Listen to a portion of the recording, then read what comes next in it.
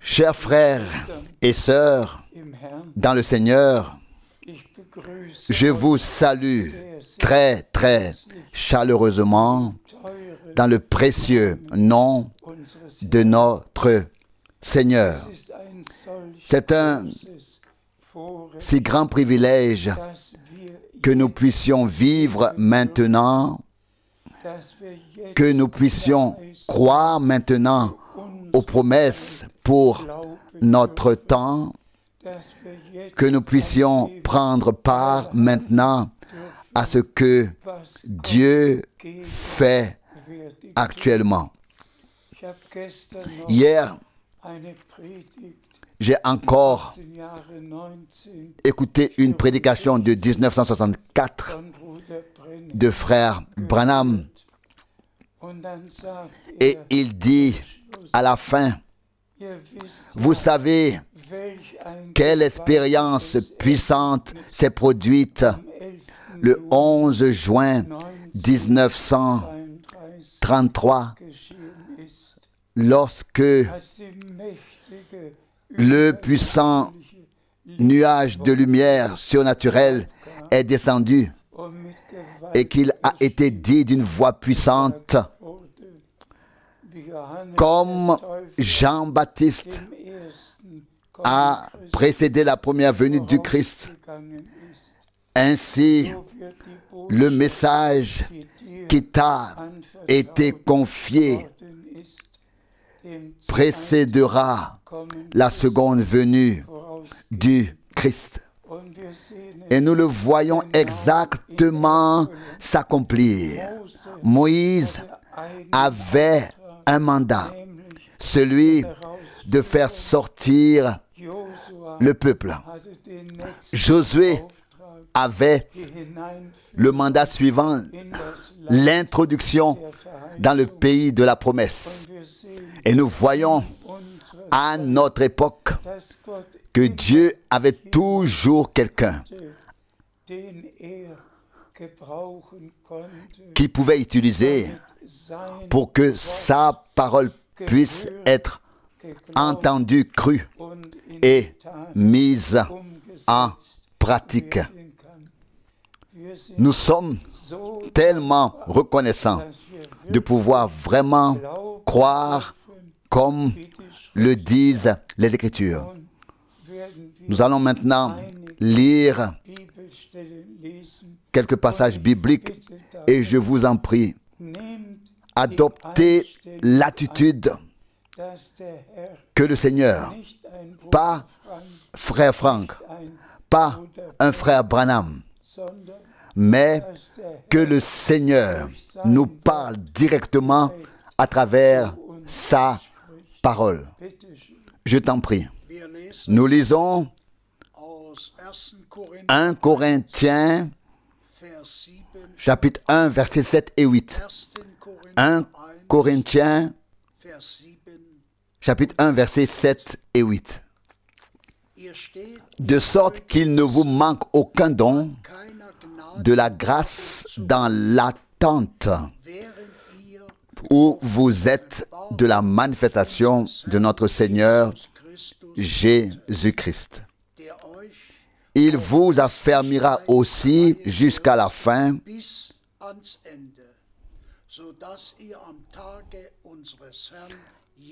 pour que vous soyez irréprochables au jour de notre Seigneur Jésus-Christ.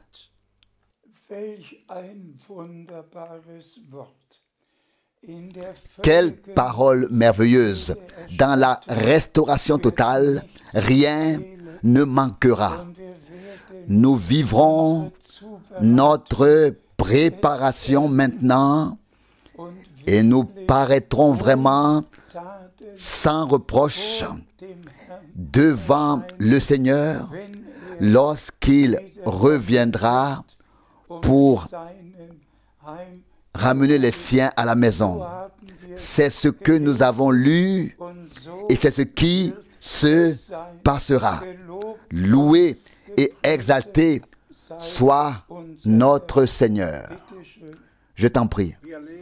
Nous lisons Actes des apôtres, chapitre 14, verset 22.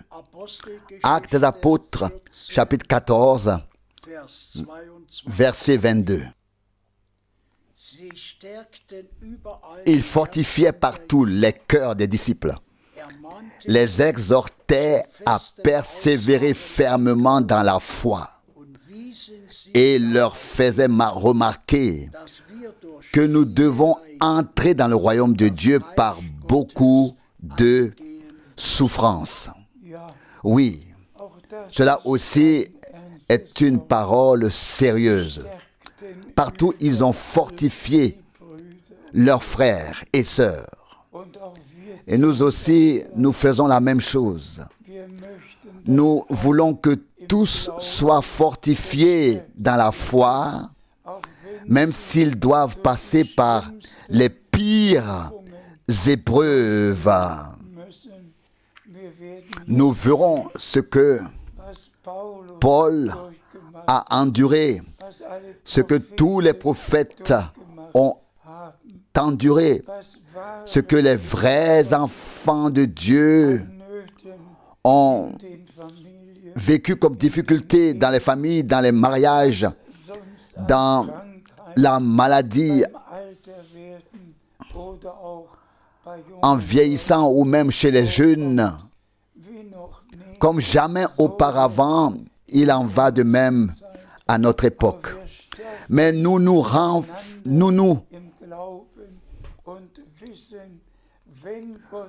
renforçons mutuellement dans la foi et nous savons, si Dieu permet quelque chose, il veille à ce qu'il y ait une issue pour que nous puissions le supporter. Avec Dieu, toutes choses sont possibles. Et nous atteindrons le stade où les miracles de guérison se produiront directement sous nos yeux. Le Seigneur est le même aujourd'hui et nous en sommes reconnaissants. Soyez réconfortés dans vos besoins au nom du Seigneur. Je t'en prie. Nous lisons 2 Corinthiens 11, versets 24 et 25. 2 Corinthiens 11, versets 24 et 25. 5 fois j'ai reçu des Juifs 40 coups, moins 1. Verset 25. 3 fois j'ai été fouetté, 1 fois j'ai été lapidé, 3 fois j'ai fait naufrage, 1 jour et 1 nuit, j'ai été le jouet des vagues. Paul a énuméré ici les épreuves qu'il a dû traverser parce qu'il était un prédicateur de la parole de Dieu. Frères et sœurs, le chemin le plus difficile est celui des serviteurs de Dieu. Tous les autres souffrent avec, ont leurs difficultés, mais les épreuves les plus dures sont toujours pour ceux qui sont envoyés par Dieu. C'est pourquoi notre Seigneur a dit, « Où serait un prophète que vous n'ayez pas persécuté ?» etc. Remercions le Seigneur de nous avoir portés à travers les épreuves les plus difficiles, afin que les élus atteignent le but. Frères et sœurs, il nous suffit de seulement remercier et de faire confiance au Seigneur, sachant qu'il accordera une sortie à tout cela glorieusement. Je t'en prie. Nous lisons 2 Corinthiens 12, verset 10. 2 Corinthiens 12, verset 10.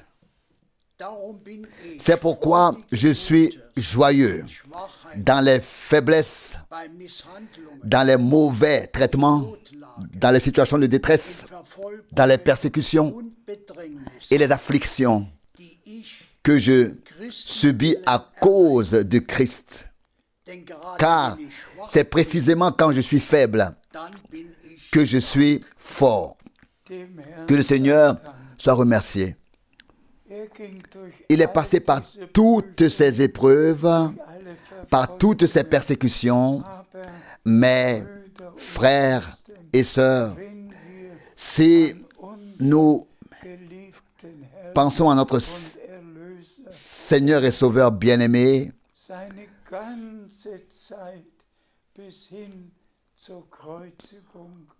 tout le temps qu'il a passé jusqu'à la crucifixion, il n'y a eu que des malentendus, des accusations. Il a été désigné par tous les titres que l'on a trouvés. Mais la volonté de Dieu s'est faite à travers lui. Il en va de même pour nous. Nous passons par toutes ces choses. Quand je pense à tout ce qui a été diffusé à mon sujet, mon cœur se serre. Mais je suis reconnaissant. Il se trouve simplement que les vrais serviteurs de Dieu doivent passer par les accusations les plus graves, les pires calomnies. Tout ne peut pas être pire que ce que les serviteurs de Dieu ont vécu. En 1979, en 1979, on a dit qu'il était adultère, qu'il était homosexuel, qu'il était l'antichrist, qu'il était le séducteur de l'épouse. Tout a été diffusé, même par écrit. Mais rien n'a changé en moi. Je remercie Dieu de m'avoir porté à travers tout cela et il le fera jusqu'à la fin. Et tous les élus ne croiront aucune calomnie, mais croiront que le Seigneur a prononcé un appel divin, que le prophète William Branham a confirmé l'appel divin, que l'appel divin a pu être exécuté et fait dans le monde entier au cours des 60 dernières années. Que le Seigneur soit remercié. Moi aussi, j'ai traversé les épreuves les plus difficiles. Poursuivons notre lecture. Frère Borg, s'il te plaît. Nous lisons Jacques 5, verset 11.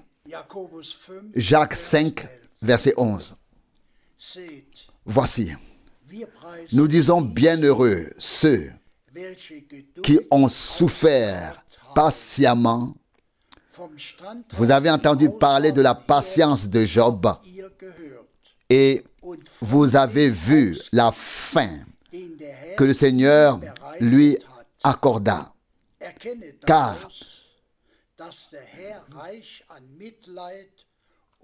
reconnaissez par cela que le Seigneur est plein de miséricorde et de compassion.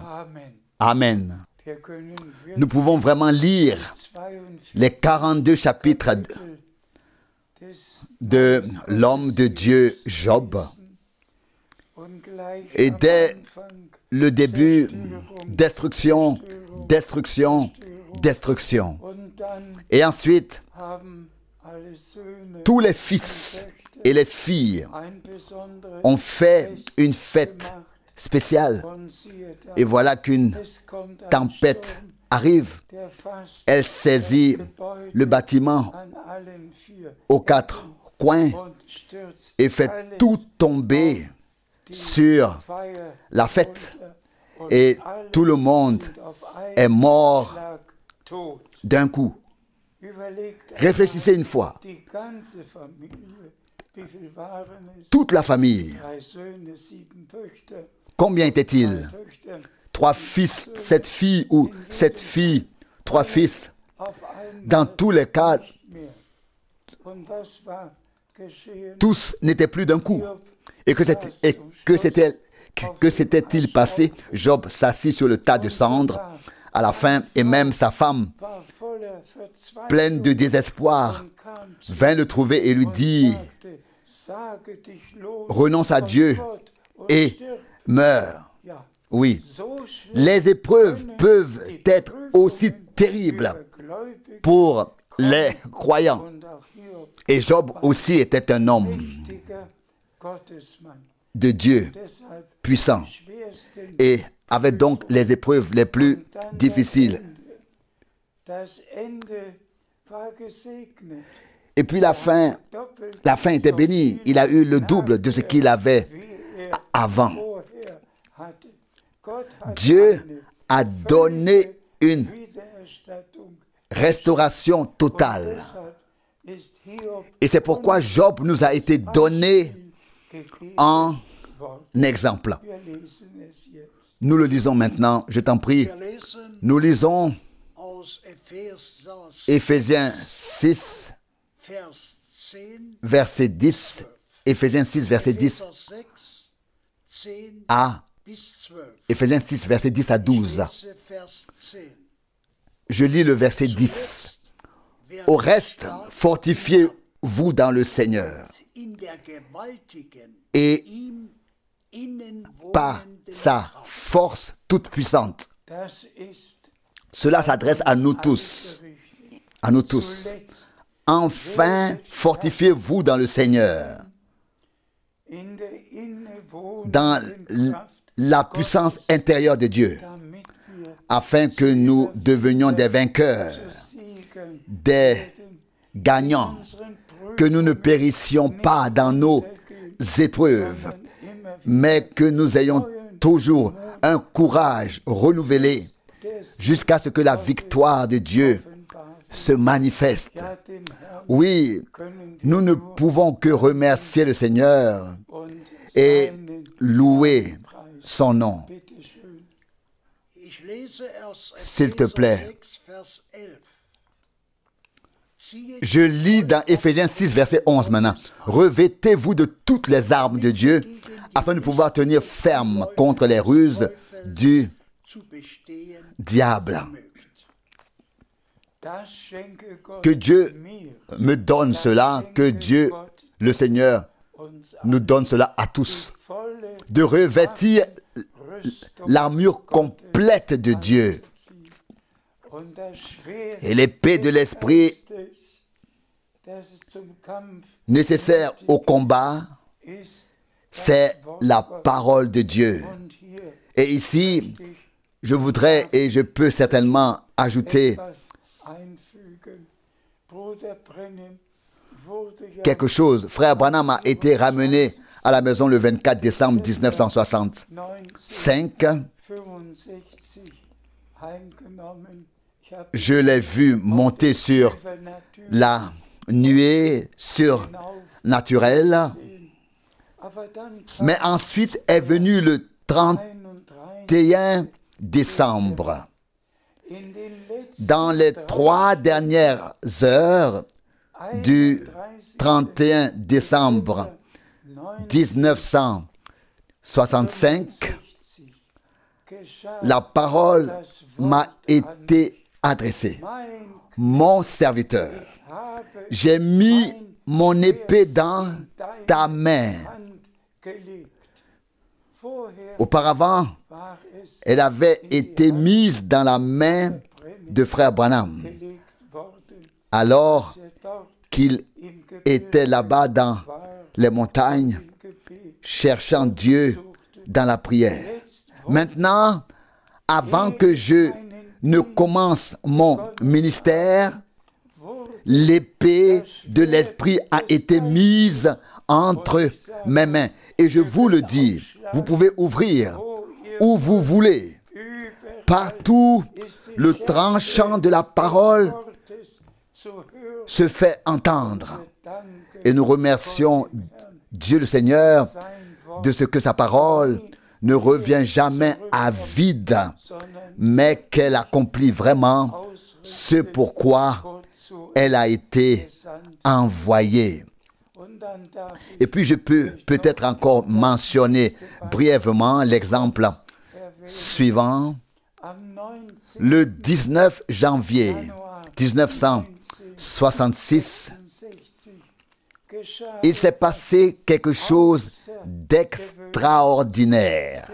Vous savez que frère Branham a parlé d'un vieux bâtiment et d'une nouvelle tente dans laquelle il devait apporter le message. Et le 19 janvier 1966, j'ai vu ce vieux bâtiment. Il y avait des piliers en bois et entre-temps de la maçonnerie. Mais voilà, en bas, on entrait dans ce bâtiment et quand on le traversait, on était dans la nouvelle tente.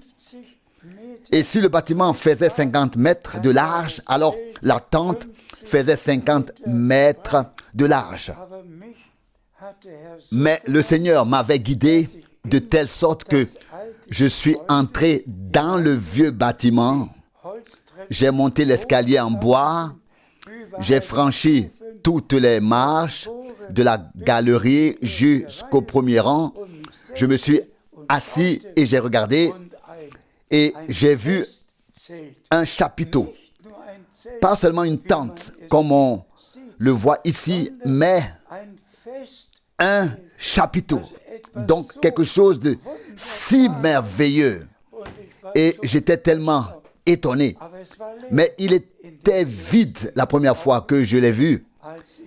Et l'instant d'après, il était plein à craquer. Il était bondé. Et c'est alors que la parole m'a été adressée en anglais. Maintenant, ton heure est venue. S'il te plaît, descends les escaliers et viens. Je me suis levé et j'ai descendu les escaliers. Et si ceci était le bâtiment, et cela, la belle grande tente, alors je suis descendu par là. Ici se trouvait l'allée centrale et juste à côté se trouvait le podium de frère Branham. Juste ici, à 1 mètre de ce bâtiment. Et je devais faire le tour du podium et me tenir dans le podium. Et alors la voix a retenti. Maintenant tourne-toi vers le peuple et dis, la venue du Seigneur est proche. Et c'est ainsi que j'ai commencé à apporter le message de Dieu par ordre de Dieu, par grâce. Et à chaque fois, le Seigneur a donné des instructions sur ce que je devais faire et comment le faire. Loué et exalté soit son saint nom. S'il te plaît. Nous lisons dans Éphésiens 6, verset 12. Éphésiens 6, verset 12. Car nous n'avons pas à lutter contre des êtres de chair et de sang, mais contre les dominations, contre les autorités, contre les dominateurs de ce monde de ténèbres, contre les esprits méchants dans le monde céleste. Mais pour cela aussi, frères et sœurs bien-aimés, et en particulier à l'adresse de tous les frères servants, nous pouvons ordonner à l'ennemi, vraiment, ordonner au nom de Jésus-Christ. Retire-toi, tu as été vaincu sur la croix du calvaire. Tu n'as aucun droit, aucune prétention sur moi. Je suis racheté. Le sang de la nouvelle alliance a coulé pour moi.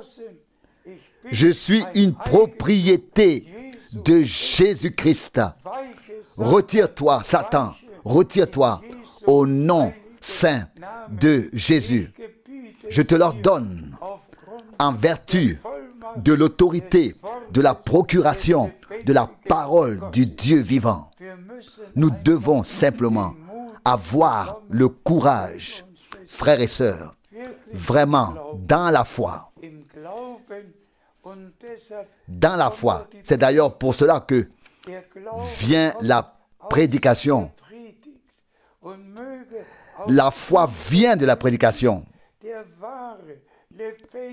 Et que de cette prédication vienne la foi véritable, vivante, efficace, que Satan doit prendre en compte. Il y a une foule rachetée par le sang. Il y a une épouse de l'agneau de Dieu. Il y a les rachetés dans lesquels il n'a plus aucune part. Que Dieu utilise vraiment aussi cette simple prédication à cet effet. Car c'est ainsi qu'il est écrit. La foi vient de la prédication. La prédication vient de la parole de Dieu. Alléluia, alléluia. La prédication ne vient pas de moi, ni de frère Branham, ni de frère Paul, mais de la parole de Dieu, portée par des hommes de Dieu, par lesquels Dieu a pu parler. Et la parole ne revient pas à vide, même maintenant et aujourd'hui. Et aujourd'hui, comme nous entendons sa voix de sa parole, ce que Dieu a promis dans sa parole, à toi et à moi et à nous, va se produire. Je t'en prie. Nous lisons Colossiens 2, verset 15. Colossiens 2, verset 15. Puis, après avoir complètement désarmé les puissances et les autorités, il les a exposées publiquement et a triomphé d'elles en lui. Alléluia. Frères et sœurs, c'est le fait divin de la victoire qui s'est produite sur la croix du calvaire. Notre Rédempteur a versé son sang, le sang de la nouvelle alliance.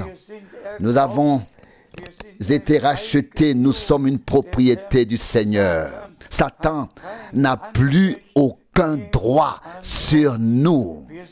Nous avons été rendus libres, détachés de toutes nos attaches, nos liens, de tout ce qui nous faisait obstacle dans le royaume de Dieu.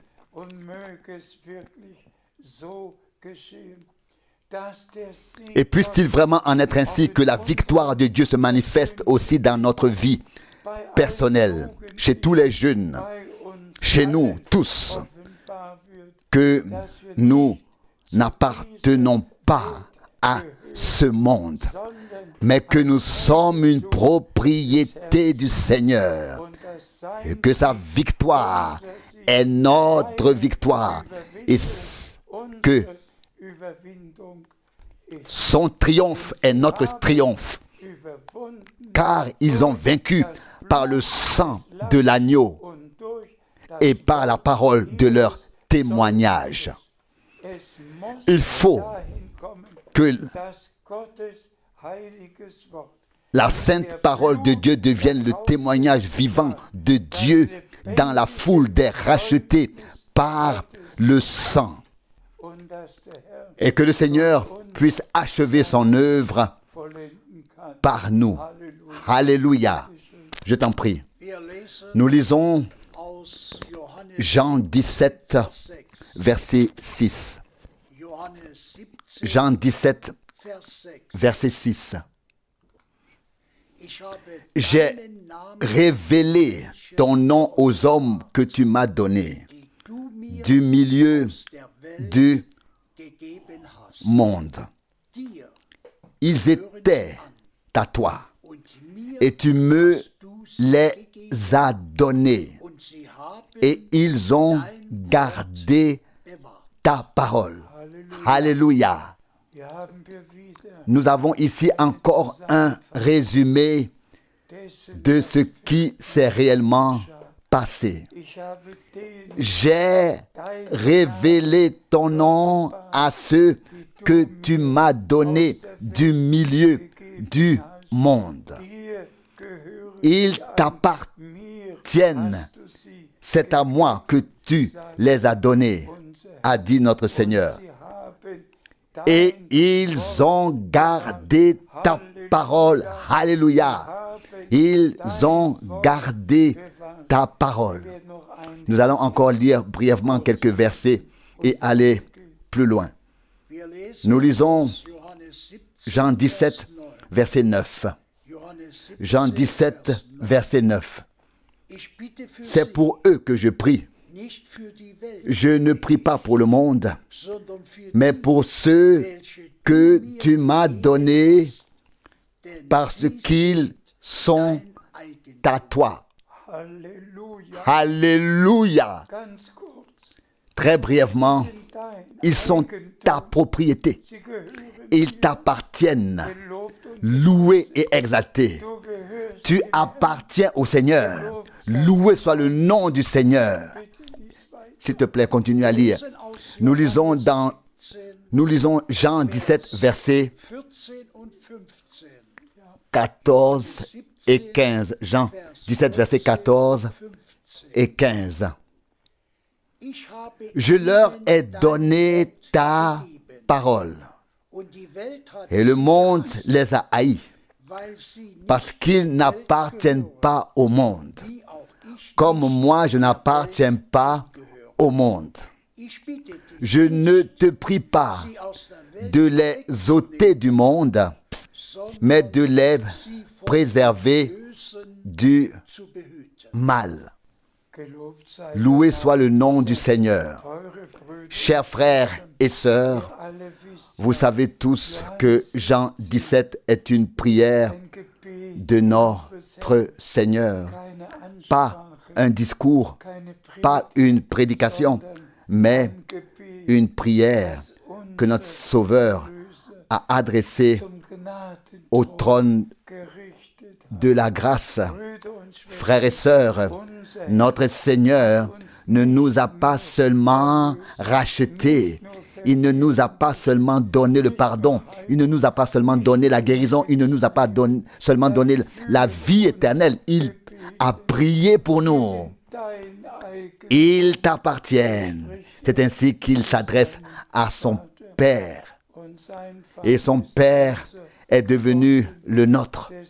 C'est pourquoi nous prions notre Père qui est aux cieux, que ton nom soit sanctifié. Jean 17 doit à nouveau être lu lentement par tous en priant. Je t'en prie. Nous lisons Jean 17, verset 18.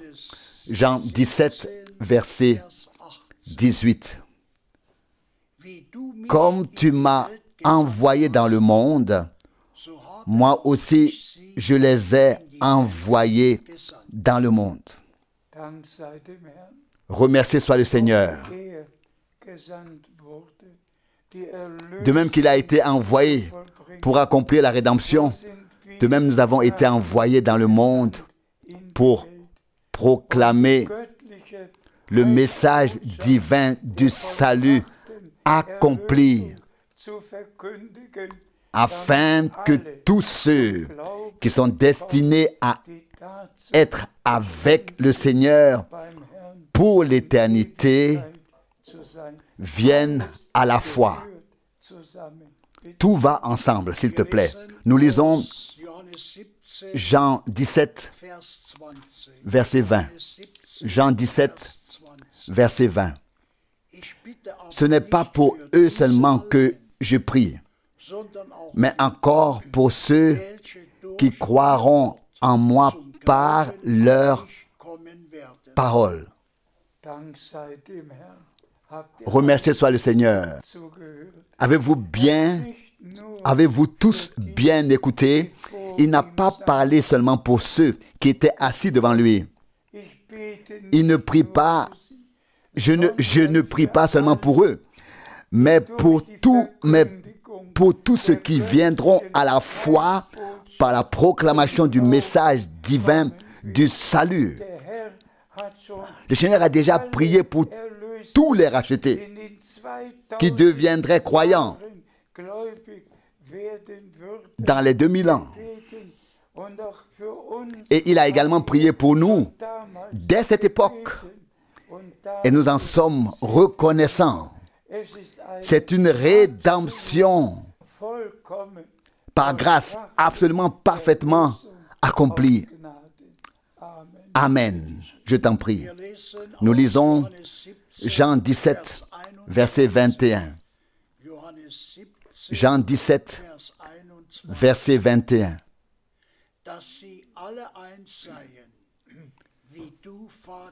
Afin que tous soient un, comme toi, Père, tu es en moi, et comme je suis en toi. Fasse qu'eux aussi soient un en nous, pour que le monde croie que tu m'as envoyé.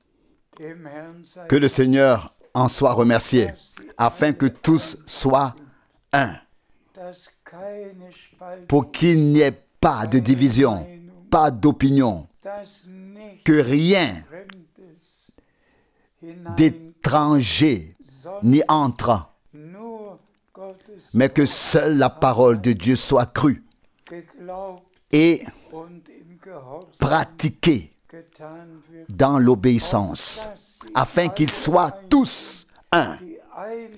L'unité dans l'esprit est le résultat divin dans les rachetés, afin qu'ils puissent se manifester avec toute sa puissance. Au début, l'Église était un seul cœur et une seule âme.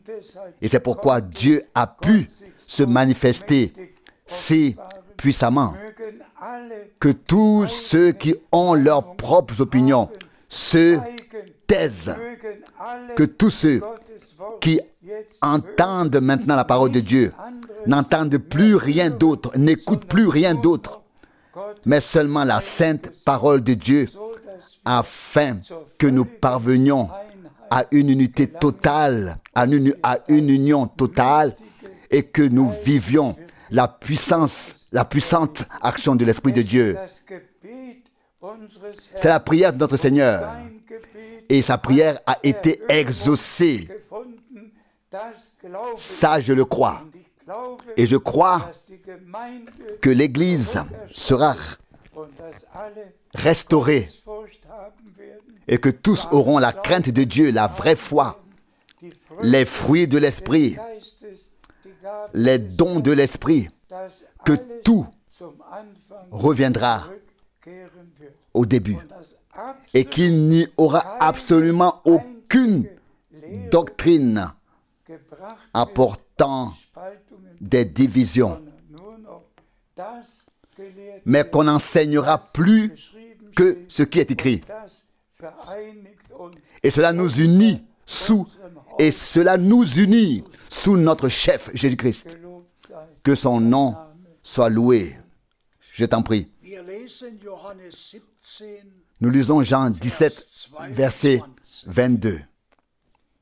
Jean 17, verset 22. Je leur ai aussi donné la gloire que tu m'as donnée, afin qu'ils soient un, comme nous sommes un. Voyez de quoi il s'agit, frères et sœurs? Je leur ai donné la gloire que tu m'as donnée. Je la leur ai donnée. Qu'as-tu déjà reçu de la gloire de Dieu? Qu'est-ce que j'ai, qu'est-ce que nous avons? Oh, nous avons besoin de l'action surnaturelle de Dieu au milieu de nous, de la même manière qu'au début, afin que cette prière aussi puisse s'accomplir. Et cela se fera. Que le Seigneur en soit remercié. Je t'en prie. Nous lisons Jean 17, verset 24. Jean 17, verset 24. Père, je veux que là où je suis, ce que tu m'as donné soit aussi avec moi, afin qu'ils voient ma gloire, celle que tu m'as donnée, car tu m'as aimé dès avant la fondation du monde.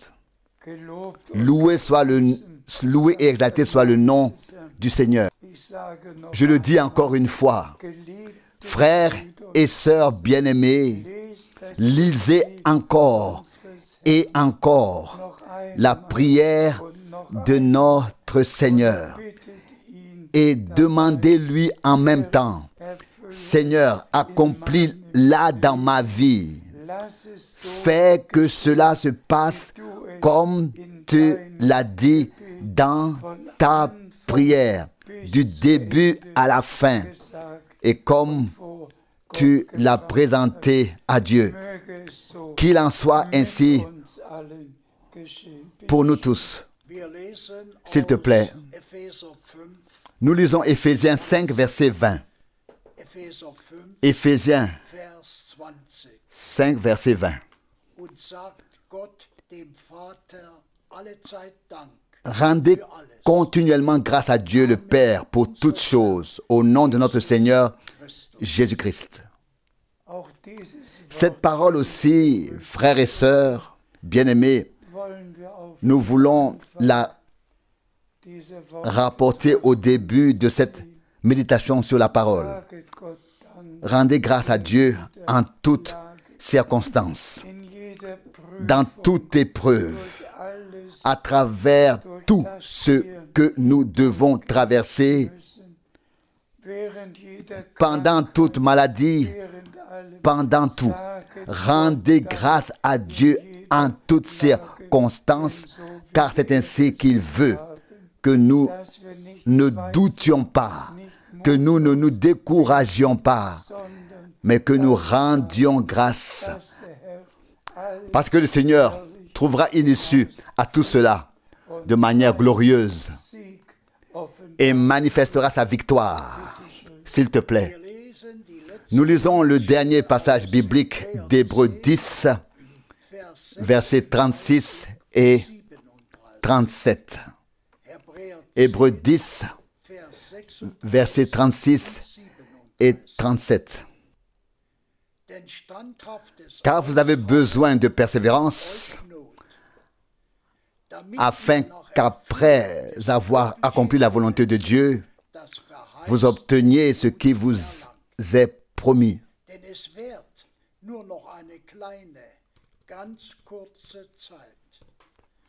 Verset 37, encore un peu de temps, celui qui doit venir viendra et il ne tardera pas.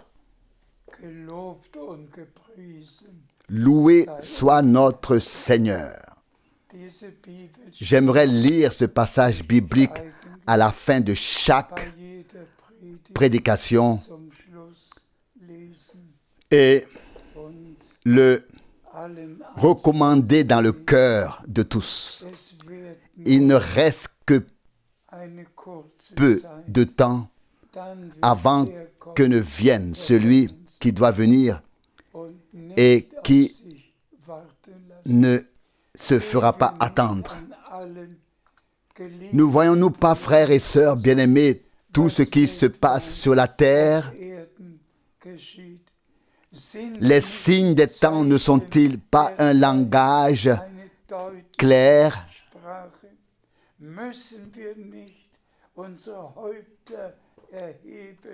Ne devons-nous pas relever la tête comme il est écrit, car votre rédemption approche? Ne devons-nous pas lire et relire ce que notre Seigneur a dit? Si vous voyez que tout cela est en train d'arriver, levez vos têtes. Ne devons-nous pas lire et relire tous les passages bibliques et remercier le Seigneur de ce que nous sommes vraiment arrivés à la fin du temps de grâce et que le Seigneur achèvera son œuvre avec son Église épouse, et qu'il viendra ensuite en tant qu'époux et les ramènera chez lui pour le repas de noces. Et aussi avec Israël, nous voyons que tout s'accomplit. Après 2000 ans, Israël est à nouveau un État, mais il doit passer par tant de combats et d'épreuves avant d'atteindre l'état déjà prédit dans la parole de Dieu, que tout deviendra tel que les nations viendront à Jérusalem, non plus pour combattre, mais pour entendre les paroles de Dieu, car la parole sortira à nouveau de Jérusalem et l'enseignement de la montagne de Sion. Après tous les combats qui nous font beaucoup de peine, après tous les morts, après tout le sang versé, après tout, il y aura la paix. Et nous remercions le Seigneur de ce que maintenant tout va vraiment arriver coup sur coup. Et le retour du Seigneur est vraiment imminent. Encore un avertissement à tous les frères. S'il vous plaît, ne prenez que ce qui est écrit dans la parole de Dieu et ne prêchez que ce que la parole de Dieu dit. Que la gloire soit à notre Seigneur. Il appelle de tous les peuples. Si vous saviez ce qui se passe en ce moment, que vraiment tous les peuples écoutent, que l'on continue à traduire et à traduire dans toutes les langues jusqu'aux extrémités de la terre. Le dernier message a été donné et c'est pourquoi il s'accomplira aussi. Ce message de salut doit être prêché à toutes les nations en témoignage et alors viendra la fin. Et la fin viendra comme il est écrit. Aussi certain que cela est écrit, le message du salut accomplira en tous ce pourquoi il a été envoyé. À notre Dieu soit la gloire. Et frères et sœurs, soyez bénis dans toutes vos épreuves, dans toutes vos détresses. Fortifiez-vous dans la foi. Reprenez courage. Faites confiance au Seigneur. Il fera tout bien. Nous nous glorifions du sang de l'agneau. Nous nous glorifions de la parole de Dieu. Et nous nous glorifions du Saint-Esprit qui nous guide dans toute la vérité. Et la victoire de Dieu est à toi, est à moi. Au nom de Jésus-Christ, notre Seigneur. Amen.